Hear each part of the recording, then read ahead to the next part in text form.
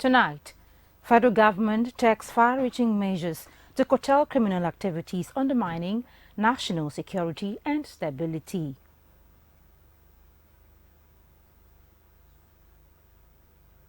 Plus, Economic and Financial Crime Commission arraigns suspended Accountant General of the Federation and 3 others.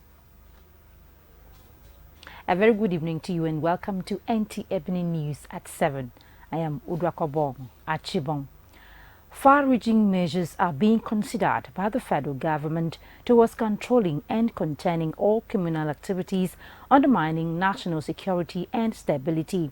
Attorney General of the Federation and Minister of Justice Abubakar Malami announced this while briefing journalists after a meeting of the National Security Council. Said House correspondent Adamu Sambo has the report. The National Security Council meeting summoned by President Muhammadu Buhari reviewed all aspects of the nation's security situation. Apart from the recent attack on the Kuje Medium Custodial Facility in the FCT, the criminal gangs have also not relented in attacking soft targets in parts of the country, abducting people and demanding ransom payment. We had extensive discussions on every aspect of issues concerning security and insecurity in Nigeria. It shows the concern and the commitment of the federal government to the security of the Nigerian people. That I must emphasize. Consequently, far-reaching resolutions were developed for consideration arising from the issues critically analyzed. These include the possibility of restricting the use and distribution of motorcycles as the most logistical means being deployed by terrorists, as well as the suspension of mining activities as possible sources of terrorist financing. If you are talking of perhaps banning the motorcycles, for example, I believe the component or perhaps the number of people that could be using the motorcycle in Nigerian state may not be up to 20% of the Nigerian population. So if the 20% of the Nigerian population is called upon to now make certain sacrifices for the purpose of addressing a challenge, a security challenge that is all-pervading, affecting over 200 million Nigerians, that sacrifice, to my mind, is indeed a sacrifice worthy of being considered. In the meantime, the Interior Minister, Rauf Aregbesola, confirmed that interim report in respect of the ongoing investigation of the attack on Kuje Custodial Center has been forwarded to President Muhammadu Buhari. We identify all those whose action or inaction led to that unfortunate incident. Whoever was responsible for the failure of defense and security and the breach of that institution or facility will face the consequence. National Security Council meeting was the second in 2 weeks and fourth in the year 2022. From the State House, Adamu Sambo, NTA News. The Edo State Police Command wishes to inform members of the public that it is not unaware of the skirmishes of kidnappers and other recalcitrant elements along Benin-Lagos Road by Ogbemudia Farm. To this effect, the Deputy Commissioner of Police Corporations is currently leading the onslaught against bandits with tactical operational elements of the command to ensure that the road is free and safe for commuters and the communities along that axis. Statement by the Deputy Police Public Relations Officer Jennifer Igwebu says the command received information in the early hours of Friday, 22nd July 2022 from its divisional headquarters, Okada, Edo State, about the kidnap incident that occurred along the Benin-Lagos Expressway by Ogbemudia Farm, where hoodlums suspected to be kidnappers attacked an Audi car in green color and whisk away 3 passengers whose identities are yet to be ascertained from the vehicle into the bush. Similarly, the statement says the Divisional Police Officer of J2 Division and his operatives on Thursday, 21st July 2022, during a gun battle with kidnappers, rescued and caught a kidnapped victim, one Muhammad Jibril, at Iyuku J2 community. 1 locally single-barrel gun, 1 live cartridge, and a cutlass were recovered from the kidnapper, who escaped with gun injuries. The statement adds that robust bush-combing of the area is ongoing to arrest the fleeing kidnappers. The Commissioner of Police Edo State Command, Abutu Yaro, in the statement further enjoins the public to go about their lawful businesses and collaborate with police by providing useful information. Now, the suspended Accountant General of the Federation, Ahmed Idris, has been arraigned before a High Court of the Federal Capital Territory sitting in Maitama. Ahmed Idris was arraigned along with 3 others on 14-count charge bordering on stealing and abuse of public trust. The defendants, who are being prosecuted by the Economic and Financial Crime Commission, pleaded not guilty to all the counts.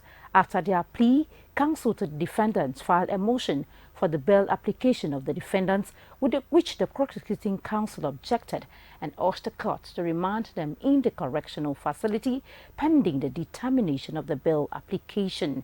The presiding judge, Justice Adeyemi Ajayi, ordered the defendants to be remanded in correctional facility while counsel is expected to argue their bail application on the next adjourned date. The matter has been adjourned to 27 July 2022. Now, 34 inmates serving various jail terms at the Nigerian Correctional Center, Ado-Ekiti, have been granted pardon. Olubukola Ado reports that the State Chief Judge, Justice John Adeyeye, set them free after thorough review of about 508 awaiting trial cases as part of measures to decongest the center. 22 out of the 34 inmates were released unconditionally, 3 released on bail, and 9 based on advice of the Director of Public Prosecution for having no case to answer. Those who gained their freedom committed lesser offenses ranging from stealing, assault, burglary, and those on unjustified long detention in the custody, among others.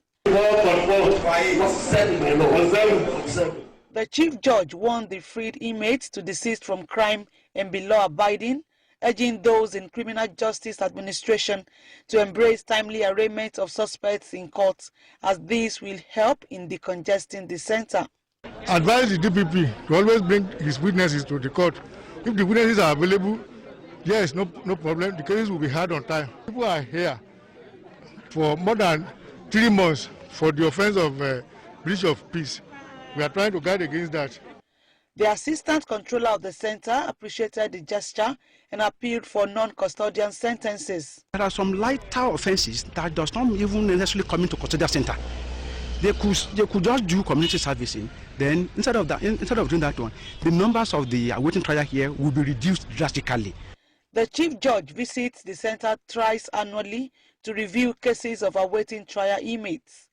In Ado-Ekiti, Olubukola Aduwo, NTA News. In compliance with the provisions of the High Court Civil Procedure Rules 2018, the public is hereby notified that the Chief Judge of Edo State, Justice Joe Acha, has directed that the annual vacation of the High Court of Justice Edo State shall commence on Monday, 8 August 2022 and ends Friday, 16 September 2022. Statements by the Chief Registrar, B.O. Osaoro, says full judicial activities will resume on Monday, 19 September 2022.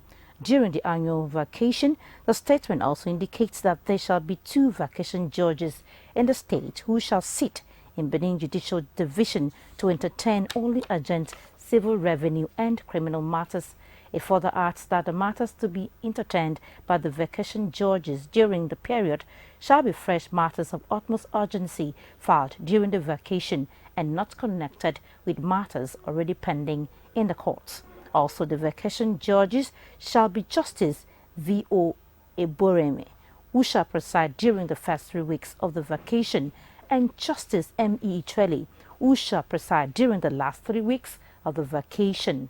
The statement also concludes that cases pending before the regular court may, however, be heard with the leave of the judge in charge of that court and by the consent of learned counsel to both parties.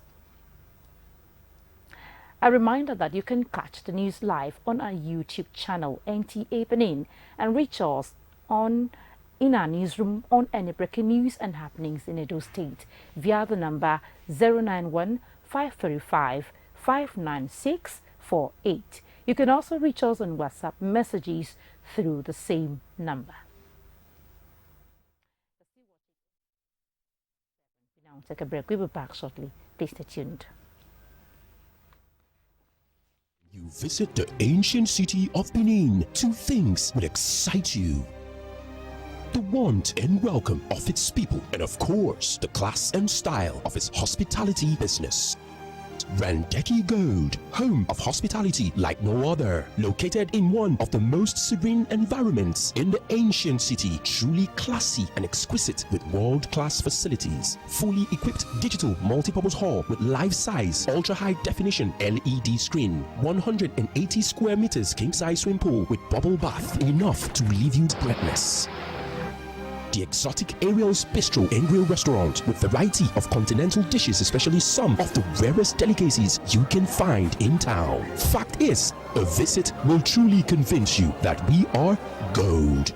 Randeki Gold is the gold wing of the prestigious Randeki Royal Hotel at 6 Uhenuyi Street off Ihama and Boundary Roads, GRA Benin City. www.randekihotels.com. Randeki Gold, our hospitality is gold. Now available in Benin City. Yes, right here in Benin City. What? You don't have to travel anywhere. Come on, let it out.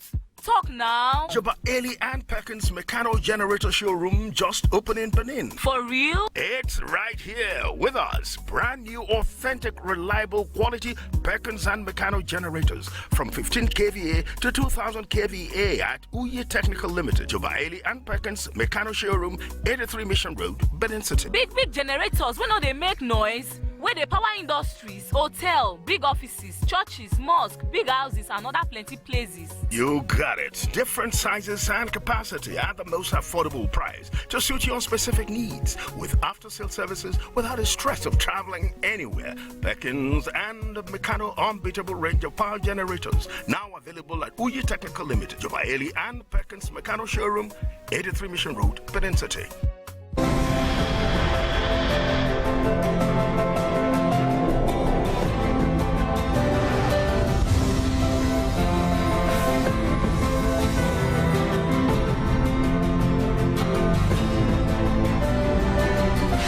This is not just a hotel.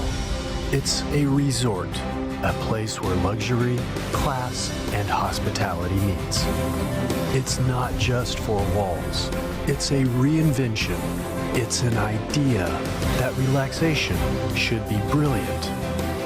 We offer world-class services that makes the experience unforgettable.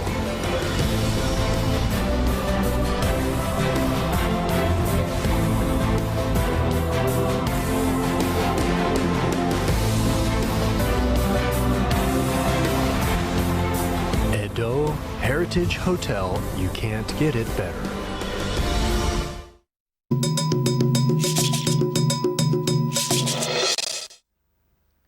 Many thanks for staying tuned. The Joint Admissions and Matriculation Board, JAM, heads of tertiary education institutions and other stakeholders in the education sector in the country have announced the minimum cut-off mark for admissions in the 2022-2023 academic session due to the lull in the education system caused by the COVID-19 pandemic and other issues arising. For universities, 140, polytechnics, 120, while colleges of education, 100. The stakeholders also agreed that 31st of December 2022 is a closing date for admissions for the 2022-2023 academic session for all tertiary institutions in the country. Now, residents of Iriri and parts of Ekenwa Road have joined the leagues of those enjoying steady power supply in the city for a couple of days now. Ivioya Kiri reports that there are persons from other areas who wish they too can say the same, as the life situation in their areas is not favorable. It's been uninterrupted power supply across parts of Ekenwa Road and Iriri axis. Business owners and residents are already hailing the Benin Electricity Distribution Company for its effort in ensuring that they have steady power supply. I sell drinks and water, so the drinks are usually very cold and it attracts more customers. All the appliances are working very well. So the truth is, if there's no light, there's no business. While parts of Ekionwa Road are jubilating over the light situation, those in Ewotubo are wondering why they are not included, as both locations are not far apart. Ewotubo, there is no light. I asked several questions for what happened that makes there is no light. I don't really know what the NEPA officials what they are saying. So my complaint, and everybody should pay attention to Ewotubo. Some residents on streets of Wire Road like Planwell Street say the light situation has deteriorated, while others are enjoying steady power supply. Isaac Akbala says his refrigerator is not effective anymore due to the situation and has resulted in cooling his products with coolers. They improve the lights. Everybody wants the light to be improved. Otherwise, it's not, they help at all for business where they do. Based on there is no light, we can't work effectively, and so we know they feel they meet. So because of even say light not there, they use diesel a lot. So as they don't take the lights now, till tomorrow before we come we work, and this thing they delay work a lot. In an environment few kilometers away from each other, some are having power supply and some are not. An officer of the Corporate Affairs Unit of the Benin Electricity Distribution Company tells us why via telephone. What we've been able to do with this is to disaggregate our customers into different bands. We have band A, B, C, D, and D. Depends on the feeder the customer is. It's possible that the feeder you are is a very healthy one. So that's why customers have above 20 hours power. However, what we intend to do is not just to leave those customers that are even band B or C there. We are set to upgrade them to band B as time goes on, based on service improvement. It is the hope of all that someday in Nigeria, the issue of adequate power supply will not be anything to worry about. In Benin, Ivie Oyahiri, NTA News. And to religious matters, as Muslims observe Jumat prayers this Friday, Chief Imam of Benin Central Mosque, Malam Abdul Fattah Nabulele, continuing on the message of forgiveness, is urging all Muslims to practice the acts of forgiveness with one another and with persons outside the Islamic faith. Rejoice Anyemaka tells us more. The chief imam mentioned that one of the commandments of Allah which Muslims are bound to obey is forgiveness, saying that forgiving one another attracts Allah's forgiveness too. He encouraged the Muslim Ummah that peace, joy, and progress are benefits that accompany forgiveness. They forgive them. So Sayyidina Umar became furious and asked why. They said, we are afraid. He said, why not forgive them? He said, we are afraid it might appear that forgiveness has lost place in the heart of humanity. It will say we don't forgive them for all this heart of goodness where they don't display. So it be like say, we'll be people where we say we don't even believe in God, and it is good for us sometimes. So forgive others. Some Muslim faithful share their take homes. The preaching for Imam today is talking about the need for we to be tolerant and to forgive, because nobody is above mistake. We should always learn to forgive. If you don't forgive, you are un-Islamic. If you are able to forgive, then Allah will also forgive you.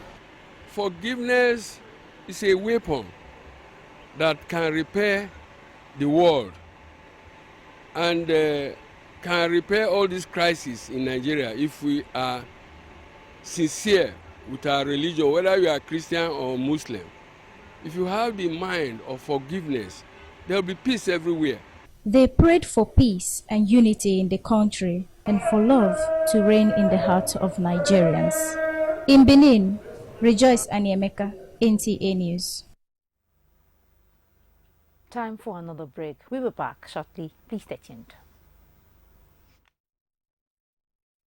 Oh yes, Ameosa Motors. We don't turn that for we new branch for number 128 Saple Road by Ajib Junction for Benin City. Not be only that one, we don't upwekerize the price for Niger Delta roads. We need to worry by NRA Junction 500. We need to Abraka 700. We need to Ugeli 1000. We need to Bayasa 1500. We still the load from Benin to Port Harcourt. Worry to Auchi, worry to Ekpoma. We need to Ekun, Obiaruko, Kwale, Umutu. Even Ekpoma to Port Harcourt City.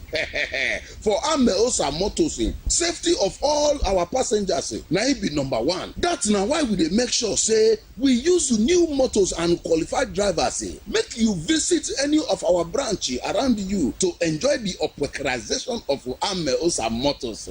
Ameosa Motors, king of the road. This life I can't keep myself. I can't keep myself. I can't keep myself. I'm lonely to flex.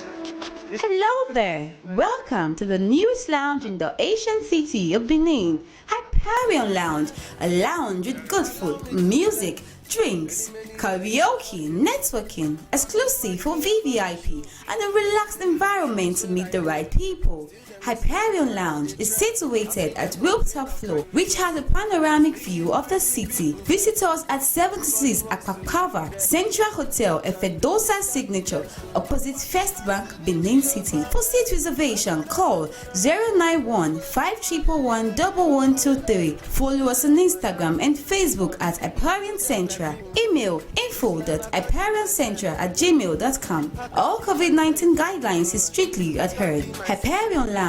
Exclusivity redefined.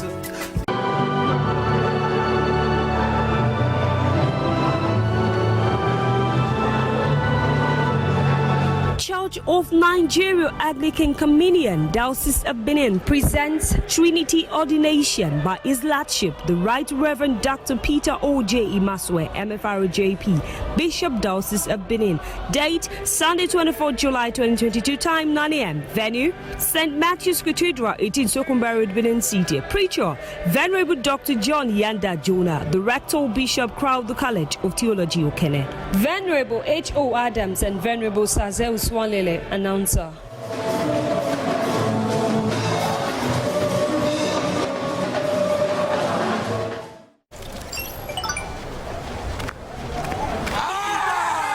Say, you don't get nice and I won't park my car.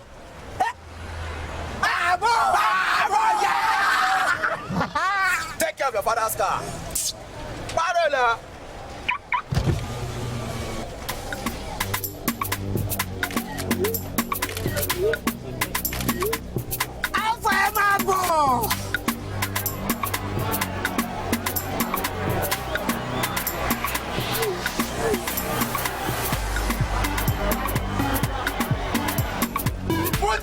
I beg no verse. Now too much berekete. A heavyweight voice and data plan. Get 600 Naira free credits plus 700% bonus on every recharge and up to 100% bonus on data plans.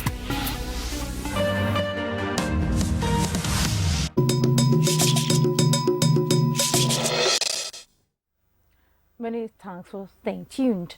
This year's edition of the Betsy Obaseki Female Football Tournament has kick-started with the inauguration of an organizing committee.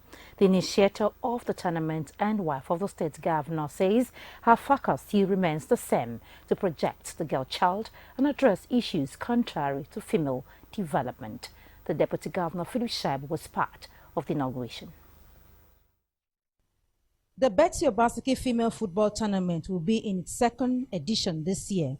To improve on the success of the first edition, the organizing committee is coming on board, chaired by Yusuf Ali. The theme for the tournament is Say No to Drug Abuse. The wife of the state governor is considering a tournament that will not stop with her, but grow and achieve its objectives of promoting the female gender.